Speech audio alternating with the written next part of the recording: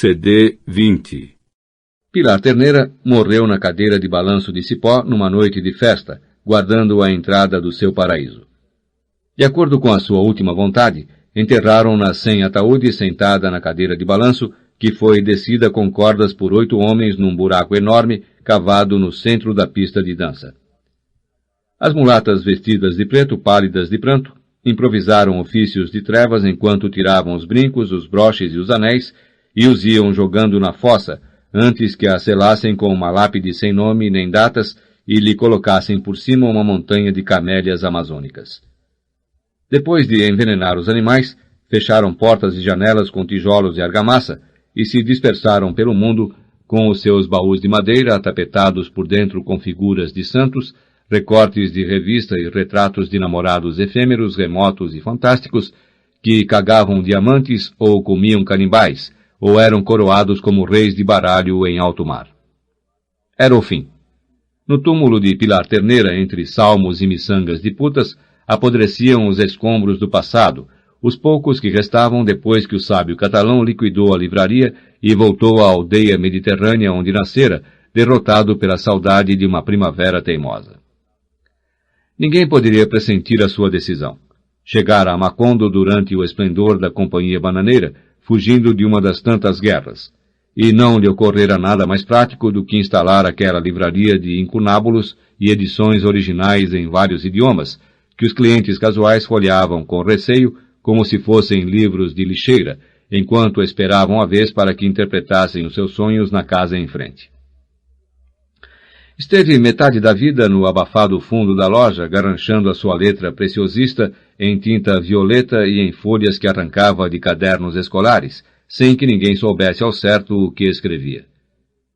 Quando Aureliano o conheceu, tinha 2 caixotes cheios daquelas páginas disparatadas que de algum modo faziam pensar nos pergaminhos de Melquíades, e dessa época até quando foi embora, deve ter enchido um terceiro, de modo que era razoável pensar que não tinha feito nada além disso durante a sua permanência em Macondo.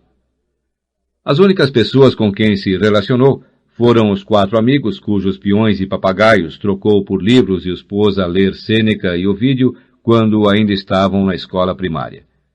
Tratava os clássicos com uma familiaridade caseira, como se todos tivessem sido em alguma época seus companheiros de quarto, e sabia muitas coisas que simplesmente não se devia saber, como, por exemplo, que Santo Agostinho usava debaixo do hábito um gibão de lã que não tirou durante 14 anos, e que Arnaldo de Villanova, o nigromante, ficou impotente desde menino por causa de uma mordida de escorpião. O seu fervor pela palavra escrita era uma urdidura de respeito solene e irreverência folgazã. Nem os seus próprios manuscritos estavam a salvo dessa dualidade. Tendo aprendido catalão para traduzi-los, Alfonso meteu um rolo de páginas nos bolsos que sempre andavam cheios de recortes de jornal e manuais de profissões estranhas, e certa noite perdeu-os na casa das garotas que se deitavam com eles por fome. Quando o avô sábio soube, em vez de fazer o escândalo temido, comentou, morrendo de rir, que aquele era o destino natural da literatura. Em compensação, não houve poder humano capaz de persuadi-lo a não levar os 3 caixotes quando regressou à sua aldeia natal e soltou impropérios cartagineses contra os inspetores da estrada de ferro que tentavam mandá-los como carga, até que conseguiu ficar com eles no vagão de passageiros. Nota de rodapé. Explicação do autor à tradutora. É uma arbitrariedade minha. Suponho que a língua catalã é a mesma que se usava em Cartago, língua fenícia de mercadores malcriados. A tradução deve ser literal. O mundo terá acabado de se foder, disse então, no dia em que os homens viajarem de primeira classe e a literatura no vagão de carga. Isso foi a última coisa que o ouviram dizer. Tinha passado uma semana negra com os preparativos finais da viagem, porque à medida que a hora se aproximava, o seu humor ia se decompondo, e mudavam-se as intenções e as coisas que colocava num lugar apareciam noutro, assediado pelos mesmos duendes que atormentavam Fernanda. Colons, maldizia. Estou cagando para a Lei 27 do Sínodo de Londres. Germano e Aureliano tomaram conta dele. Ajudaram-no como a um menino, prenderam nos seus bolsos com alfinetes de gancho as passagens e os documentos de viagem. Escreveram uma lista pormenorizada do que ele devia fazer desde que saísse de Macondo até desembarcar em Barcelona. Mas assim mesmo ele jogou no lixo, sem perceber, um par de calças com a metade do seu dinheiro. Na véspera da viagem, depois de pegar os caixotes e meter a roupa na mesma mala com que tinha chegado, franziu as pálpebras de marisco, apontou com uma espécie de bênção atrevida os montes de livros com que havia sobrevivido ao exílio e disse aos amigos: "Deixo para vocês essa merda." 3 meses depois, receberam um envelope grande com 29 cartas e mais de 50 retratos que tinham se acumulado nos ócios de alto mar. Embora não pusesse datas, era evidente a ordem em que tinha escrito as cartas. Nas primeiras, contava com o seu humor habitual as peripécias da travessia, a vontade que lhe dera de atirar pela amurada o comissário que não lhe permitia trazer os 3 caixotes no camarote, a imbecilidade lúcida de uma senhora que se aterrava com o número 13, não por superstição, mas porque lhe parecia um número que ficara por terminar, e a aposta que ganhara no primeiro jantar, porque reconhecera na água de bordo o gosto das beterrabas noturnas das fontes de Lérida. Com o correr dos dias, entretanto, a realidade de bordo interessava-o cada vez menos, e até os acontecimentos mais recentes e triviais lhe pareciam dignos de saudade, porque à medida que o navio se afastava, a memória ia se tornando triste. Aquele processo de nostalgização progressiva era também evidente nos retratos. Nos primeiros parecia feliz com a sua camisa de inválido e o seu topete nevado no encapelado outubro do Caribe. Nota de rodapé. Explicação do autor à tradutora. Vi a foto e juro que a camisa parecia de inválido, mas não sei porquê. Era branca, de colarinho muito grande e talvez de um número maior que o seu. É como os pijamas que vestem nas pessoas nos hospitais, como os camisolões dos bobos, enfim, como você quiser. Nos últimos, era visto com um sobretudo escuro e um cachecol de seda, pálido por natureza e taciturno pela ausência, na coberta de um navio de angústia que começava a sonambular por oceanos outonais. Germano e Aureliano respondiam às suas cartas. Escreveu tantas nos primeiros meses, que agora se sentiam mais perto dele do que quando estava em Macondo, e quase se aliviavam da raiva de que tivesse ido embora. No princípio, mandava dizer que tudo continuava igual, que na casa onde nascera ainda havia o caracol rosado, que os arenques secos tinham o mesmo sabor sobre a torrada, que as cascatas da aldeia continuavam se perfumando ao entardecer. Eram outra vez as folhas de caderno retomadas com garranchinhos roxos, nas quais dedicava um parágrafo especial para cada um.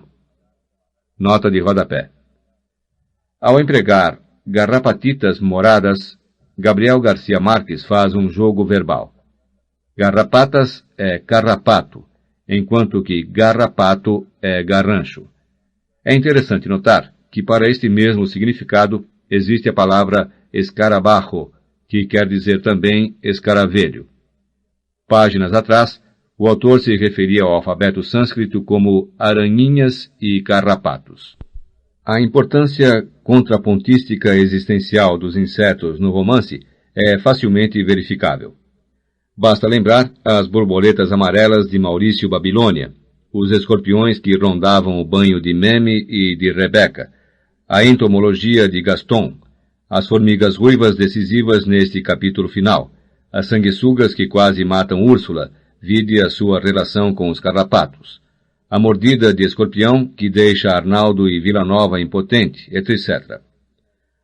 Por outro lado, a importância existencial dos manuscritos no romance é decisiva, fundamentalmente os pergaminhos de Melquíades e os escritos do sábio catalão, assim como a sua própria figura, funcionalmente não passam de variações dos primeiros.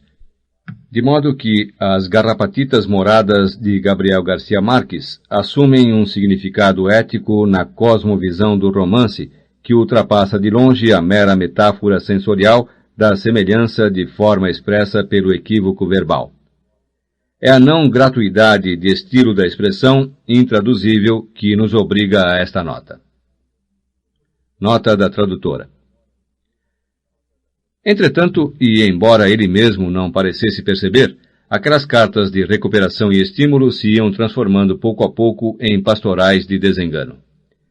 Nas noites de inverno, enquanto fervia a sopa no fogão, desejava o calor dos fundos da loja, o zumbido do sol nas amendoeiras empoeiradas, o apito do trem na sonolência da sesta, da mesma forma como desejava em Macondo a sopa de inverno no fogão, os pregões do vendedor de café e as cotovias fugazes da primavera.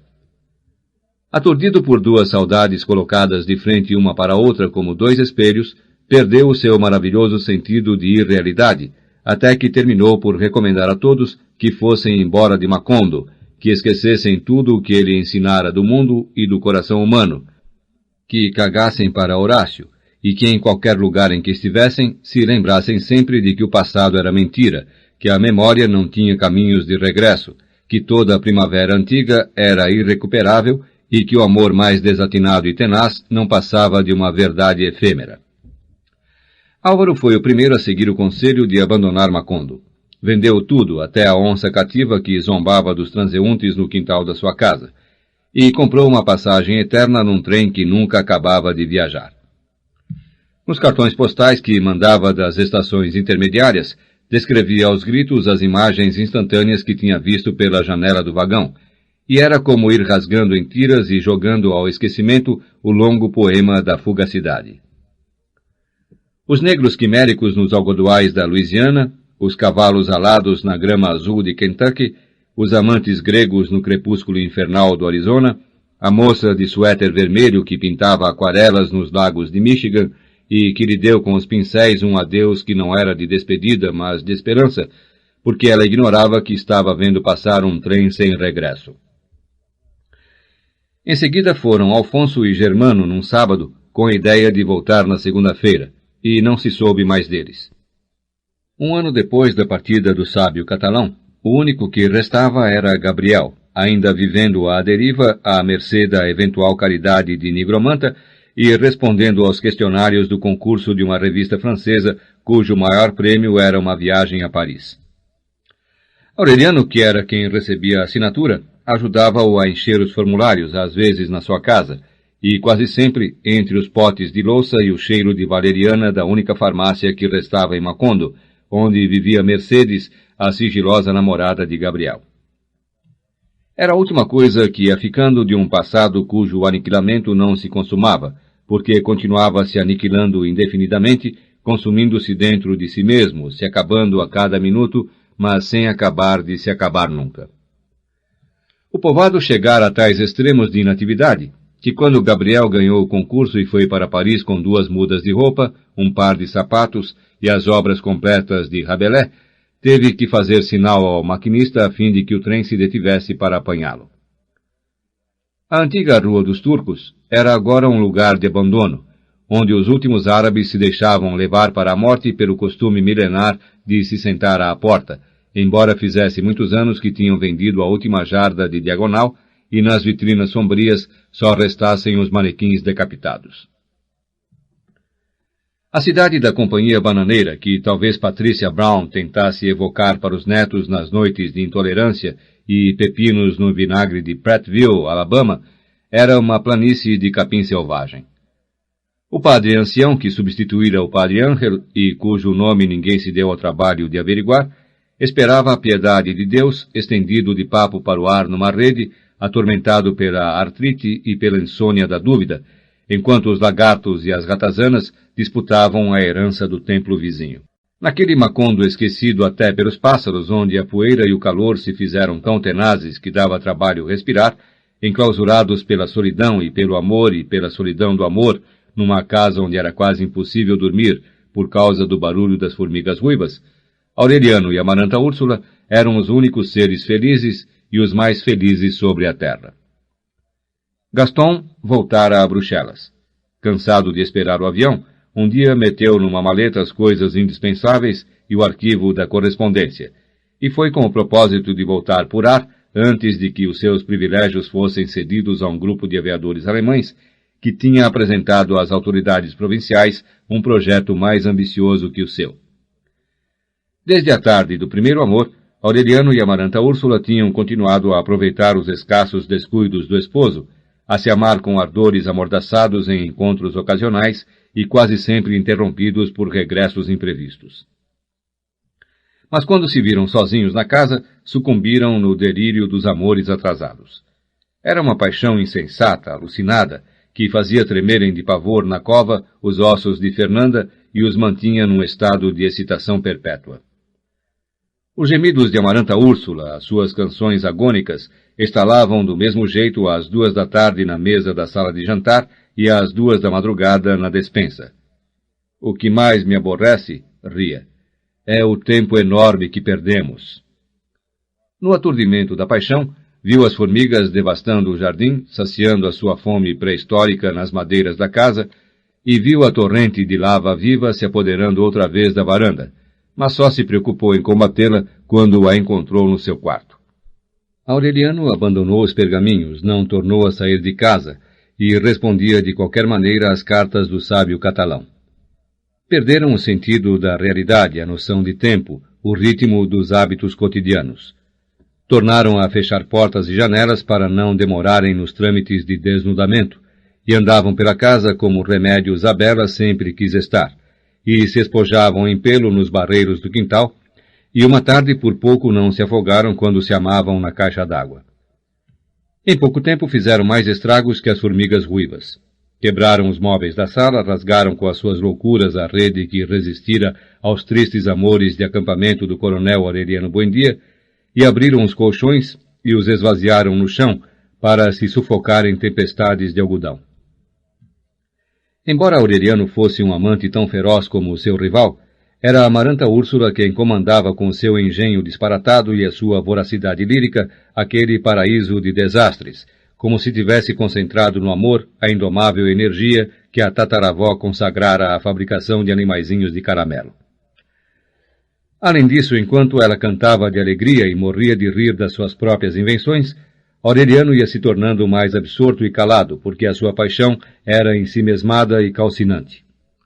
Entretanto, ambos chegaram a tais extremos de virtuosismo que, quando se esgotavam na exaltação, tiravam o melhor partido do cansaço.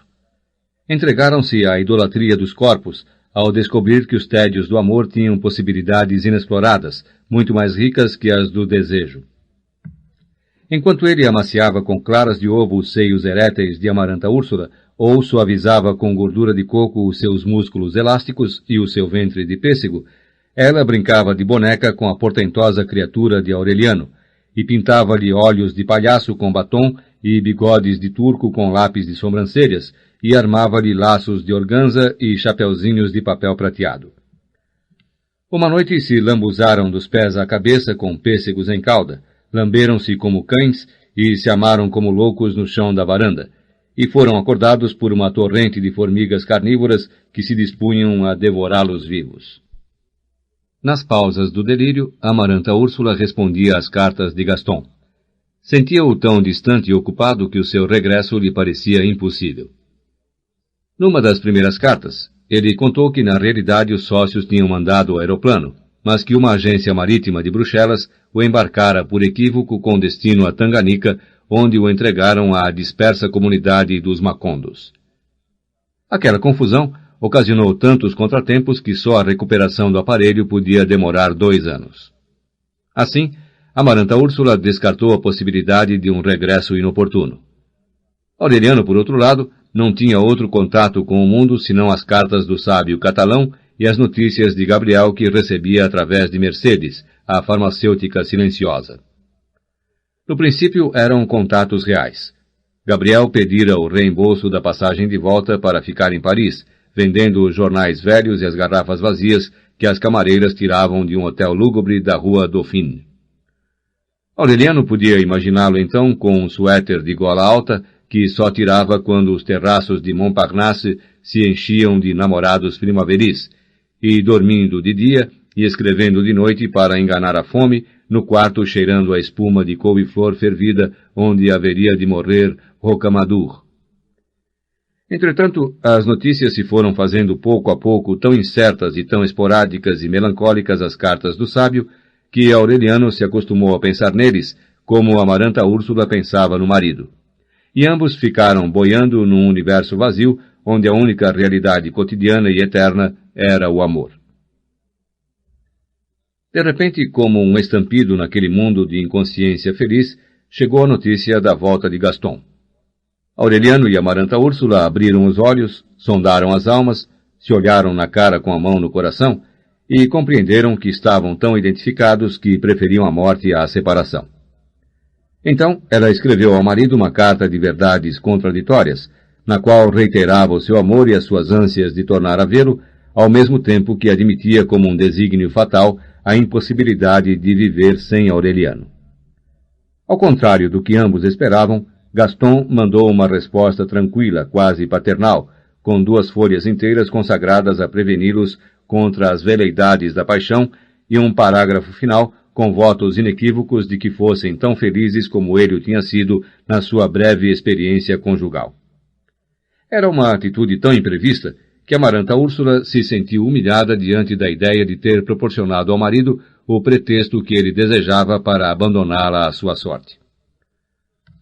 O rancor se agravou 6 meses depois, quando Gaston tornou a escrever de Leopoldville, onde por fim recebera o aeroplano, só para pedir que lhe mandassem o biciclo que, de tudo o que havia deixado em Macondo, era a única coisa que tinha para ele um valor sentimental. Aureliano suportou com paciência o despeito de Amaranta Úrsula, esforçou-se em demonstrar-lhe que podia ser tão bom marido na bonança como na adversidade, e as urgências cotidianas que os assediavam quando acabou o último dinheiro de Gaston, criaram entre eles um vínculo de solidariedade que não era tão deslumbrante e caprichoso como a paixão, mas que serviu para que eles se amassem tanto e fossem tão felizes como nos tempos alvoroçados da libertinagem. Quando Pilar Ternera morreu, estavam esperando um filho. Na sonolência da gravidez, Amaranta Úrsula tentou fazer uma indústria de colares de vértebras de peixe, mas, exceção feita a Mercedes, que lhe comprou uma dúzia, não encontrou a quem vendê-los. Aureliano tomou consciência pela primeira vez de que o seu dom para línguas, a sua sabedoria enciclopédica, a sua estranha faculdade de se lembrar dos pormenores de fatos e lugares remotos e desconhecidos eram tão inúteis como o cofre de pedraria legítima de sua mulher, que na época devia valer tanto quanto todo o dinheiro de que poderiam dispor juntos os últimos habitantes de Macondo. Sobreviviam por milagre. Embora Amaranta Úrsula não perdesse o bom humor nem o seu engenho para as travessuras eróticas, adquiriu o costume de se sentar na varanda depois do almoço numa espécie de sesta insone e pensativa. Aureliano a acompanhava. Às vezes permaneciam em silêncio até o anoitecer, um defronte do outro, olhando-se nos olhos, amando-se no sossego com tanto amor como antes se amaram no escândalo. A incerteza do futuro fez com que o coração voltasse ao passado.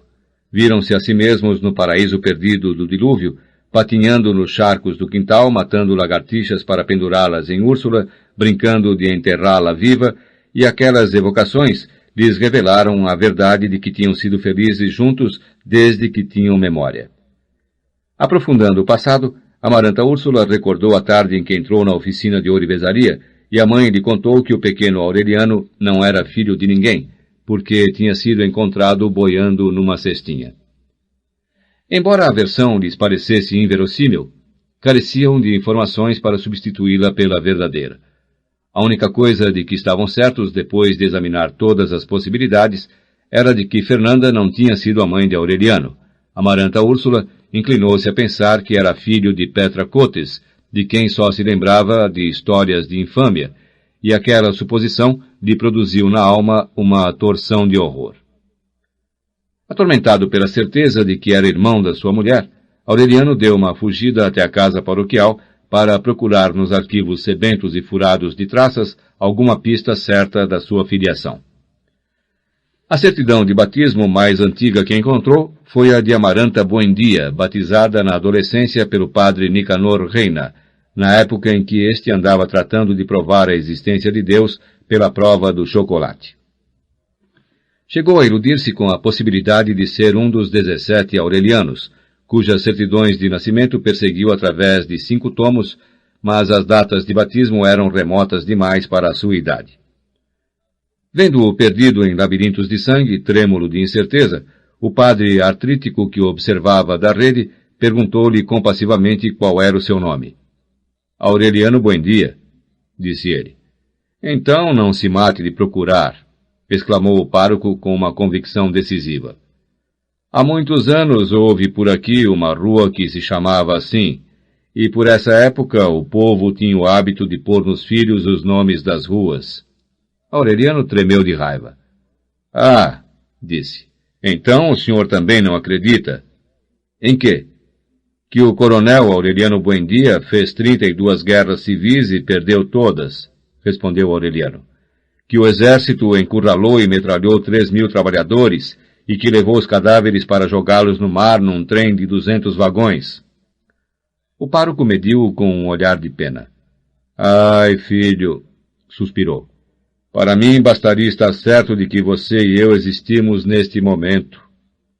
De modo que Aureliano e Amaranta Úrsula aceitaram a versão da cestinha, não porque acreditassem nela, mas porque os punha a salvo dos seus terrores. À medida que avançava a gravidez, iam se transformando num ser único, integravam-se cada vez mais na solidão de uma casa a que só faltava um último sopro para desmoronar. Reduziram-se a um espaço essencial, que ia do quarto de Fernanda, onde vislumbraram os encantos do amor sedentário, até o princípio da varanda, onde Amaranta Úrsula se sentava tricotando sapatinhos e touquinhas de recém-nascido, e Aureliano respondia às cartas ocasionais do sábio catalão. O resto da casa se rendeu ao assédio tenaz da destruição. A oficina de ourivesaria, o quarto de Melquíades, os reinos primitivos e silenciosos de Santa Sofia de la Piedad ficaram no fundo de uma selva doméstica que ninguém teria coragem de desbastar. Cercados pela voracidade da natureza, Aureliano e Amaranta Úrsula continuavam cultivando o orégano e as begônias e defendiam o seu mundo com demarcações de cal, construindo as últimas trincheiras da guerra imemorial entre o homem e as formigas. O cabelo comprido e descuidado, as equimoses que lhe amanheciam na cara, a inchação das pernas, a deformação do antigo e amoroso corpo de Doninha, tinham mudado em Amaranta Úrsula a aparência juvenil de quando chegara em casa com o viveiro de canários desafortunados e o esposo cativo, mas não lhe alteraram a vivacidade de espírito. Merda, costumava rir. Quem havia de pensar que nós iríamos realmente acabar vivendo como antropófagos? O último fio que os atava ao mundo rompeu-se no 6º mês de gravidez, quando receberam uma carta que evidentemente não era do sábio catalão. Tinha sido selada em Barcelona, mas o envelope estava escrito com tinta azul convencional, numa caligrafia administrativa, e tinha o aspecto inocente e impessoal dos recados inimigos. Aureliano arrancou-a das mãos de Amaranta Úrsula quando ela se dispunha a abri-la. Esta não, disse a ela. Não quero saber o que diz. Tal como ele pressentia, o sábio catalão não tornou a escrever. A carta alheia, que ninguém leu, ficou à mercê das traças no consolo onde Fernanda esquecera uma vez o seu anel de casamento, e lá continuou se consumindo no fogo interior da sua má notícia, enquanto os amantes solitários navegavam contra a corrente daqueles tempos de despedidas, tempos impenitentes e aziagos, que se desgastavam no empenho inútil de fazê-los derivar para o deserto do desencanto e do esquecimento. Conscientes daquela ameaça, Aureliano e Amaranta Úrsula passaram os últimos meses de mãos dadas, terminando com amores de lealdade, o filho começado com exaltações de fornicação. De noite, abraçados na cama, não se amedrontavam com as explosões terrestres das formigas, nem com o fragor das traças, nem com o silvo constante e nítido do crescimento da erva daninha nos quartos vizinhos. Muitas vezes foram acordados pelo tráfego dos mortos. Ouviram Úrsula lutando contra as leis da criação para preservar a estirpe, e José Arcádio Buendia procurando a verdade quimérica dos grandes inventos, e Fernanda rezando, e o coronel Aureliano Buendia se embrutecendo com os enganos da guerra e os peixinhos de ouro, e Aureliano II agonizando de solidão no aturdimento das farras. E então aprenderam que as obsessões dominantes prevalecem contra a morte, e tornaram a ser felizes com a certeza de que eles continuariam a se amar com as suas naturezas de fantasmas, muito depois de que as outras espécies de animais futuros arrebatassem dos insetos o paraíso de miséria que os insetos estavam acabando de arrebatar dos homens. No domingo, às 6 da tarde, Amaranta Úrsula sentiu a premência do parto. A sorridente parteira das garotas que se deitavam por causa da fome fez com que ela subisse na mesa da sala de jantar, montou a cavalo no seu ventre e a maltratou com galopes selvagens até que seus gritos foram silenciados pelo choro de um varão formidável. Através das lágrimas, Amaranta Úrsula viu que era um buendia dos grandes, socado e voluntarioso como os Josés Arcádios, com os olhos abertos e clarividentes dos aurelianos e predisposto a começar a estirpe outra vez do princípio e purificá-la dos seus vícios perniciosos e da sua vocação solitária, porque era o único em um século que tinha sido engendrado com amor. É um antropófago perfeito, disse. Vai se chamar Rodrigo.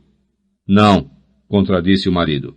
Vai se chamar Aureliano e ganhar 32 guerras. Depois de cortar o umbigo, a parteira pôs-se a remover com um trapo um unguento azul que lhe cobriu o corpo, iluminada por Aureliano com uma lâmpada. Só quando o viraram de costas é que perceberam que ele tinha alguma coisa a mais que o resto dos homens, e se inclinaram para examiná-lo. Era um rabo de porco. Não se alarmaram. Aureliano e Amaranta Úrsula não conheciam o precedente familiar, nem se lembravam das pavorosas admoestações de Úrsula, e a parteira acabou de tranquilizá-los com a suposição de que aquele rabo inútil poderia ser cortado quando o menino mudasse os dentes. Depois não tiveram mais ocasião de tornar a pensar nisso, porque Amaranta Úrsula sangrava um manancial inesgotável.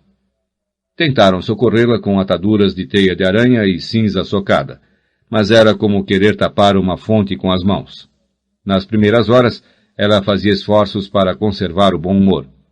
Pegava na mão do assustado Aureliano e suplicava que não se preocupasse, que gente como ela não tinha sido feita para morrer contra a vontade, e rolava de rir dos recursos truculentos da parteira. Mas à medida que as esperanças abandonavam Aureliano, ela ia se fazendo menos visível, como se a estivessem apagando da luz, até que se afundou na sonolência. Na madrugada de segunda-feira, trouxeram uma mulher que rezou junto à cama orações de cauterização, infalíveis em homens e animais. Mas o sangue apaixonado de Amaranta Úrsula era insensível a qualquer artifício diferente do amor. De tarde, depois de 24 horas de desespero, souberam que estava morta porque o caudal se extinguiu sem auxílios e o seu perfil se afilou e as aflorações da cara se desvaneceram numa aurora de alabastro e tornou a sorrir. Aureliano não compreendera até então quanto gostava de seus amigos, quanta falta lhe faziam e quanto teria dado para estar com eles naquele momento. Colocou o menino na cestinha que a mãe tinha preparado para ele, tapou a cara do cadáver com uma manta e vagou sem rumo pelo povoado deserto procurando um desfiladeiro de volta ao passado. Bateu na porta da farmácia, onde não tinha estado nos últimos tempos, e o que encontrou foi uma oficina de carpintaria. A anciã, que abriu a porta com uma lâmpada na mão, compadeceu-se do seu desvario, e insistiu em que ali nunca tinha havido uma farmácia, que nunca havia conhecido uma mulher de colo esbelto e olhos sonhadores que se chamasse Mercedes. Chorou com a testa apoiada na porta da antiga livraria do sábio catalão, consciente de que estava pagando os prantos atrasados de uma morte que não quisera chorar no seu devido tempo, para não quebrar os feitiços do amor. Quebrou os punhos contra os muros de argamassa de O Menino de Ouro, clamando por Pilar Terneira, indiferente aos luminosos discos alaranjados que cruzavam o céu, e que tantas vezes tinha contemplado com uma fascinação pueril nas noites de festa do pátio dos Socós. No último salão aberto do desmantelado bairro de Tolerância, um conjunto de acordeões tocava as canções de Rafael Escalona, o sobrinho do bispo, herdeiro dos segredos de Francisco o Homem. O dono da cantina, que tinha um braço seco e como que torrado por tê-lo levantado contra a mãe, convidou Aureliano a tomar uma garrafa de aguardente, e Aureliano convidou-o a tomar outra.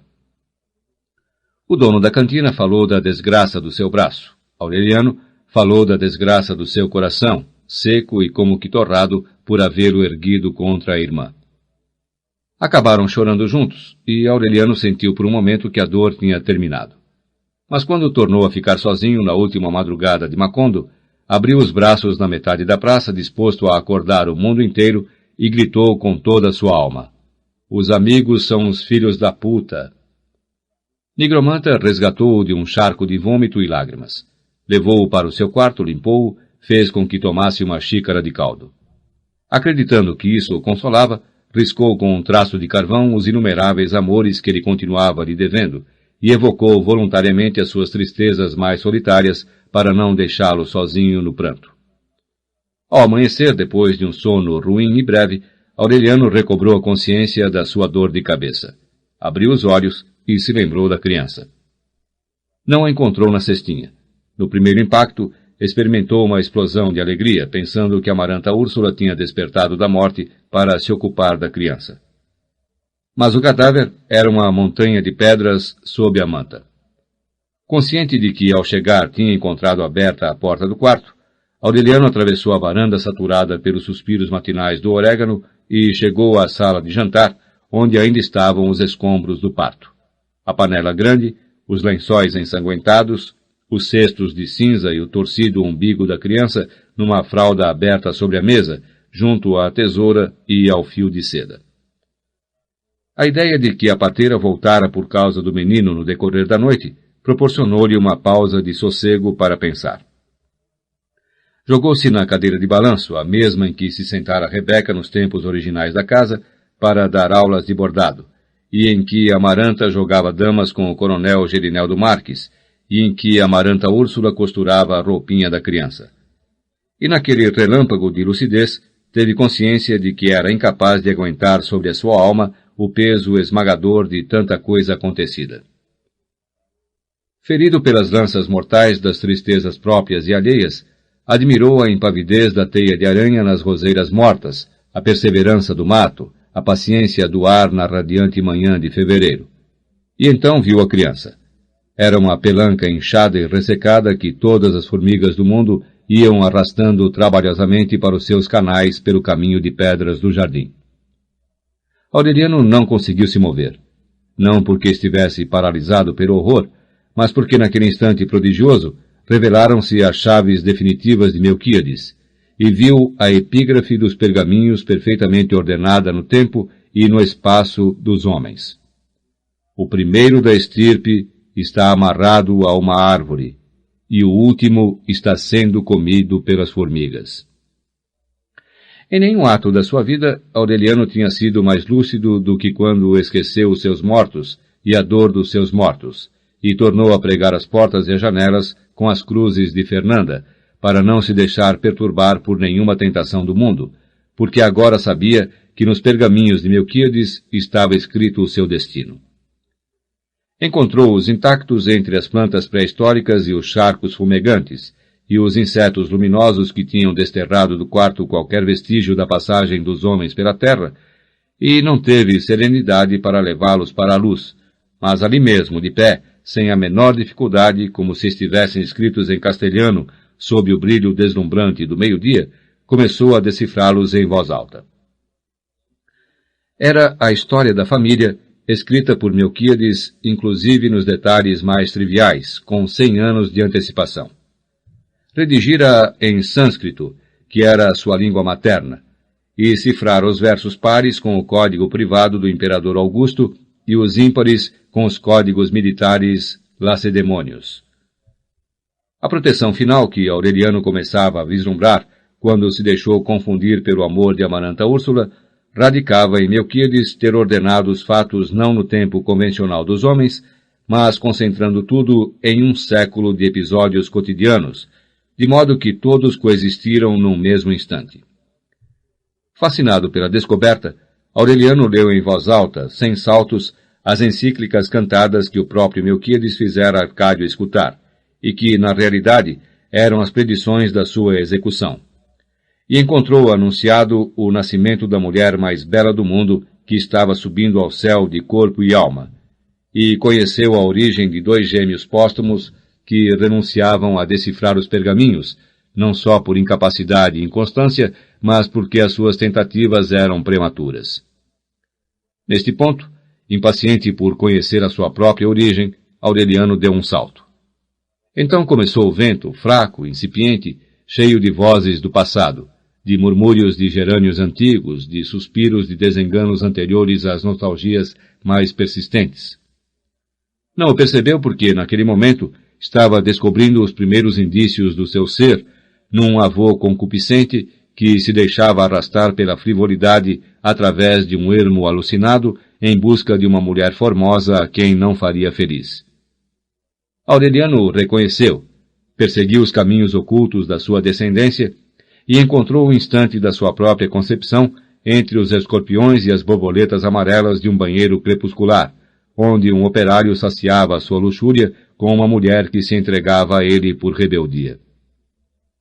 Estava tão absorto que também não sentiu a segunda arremetida do vento, cuja potência ciclônica arrancou das dobradiças as portas e as janelas, esfarelou o teto da galeria oriental e desprendeu os cimentos.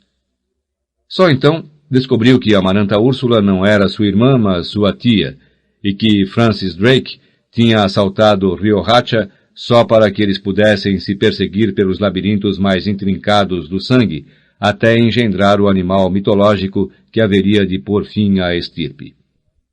Macondo já era um pavoroso rodamuinho de poeira e escombros centrifugado pela cólera do furacão bíblico, quando Aureliano pulou 11 páginas para não perder tempo com fatos conhecidos demais, e começou a decifrar o instante que estava vivendo, decifrando-o à medida que o vivia, profetizando-se a si mesmo no ato de decifrar a última página dos pergaminhos, como se estivesse vendo a si mesmo num espelho falado. Então deu outro salto para se antecipar às predições e averiguar a data e as circunstâncias da sua morte.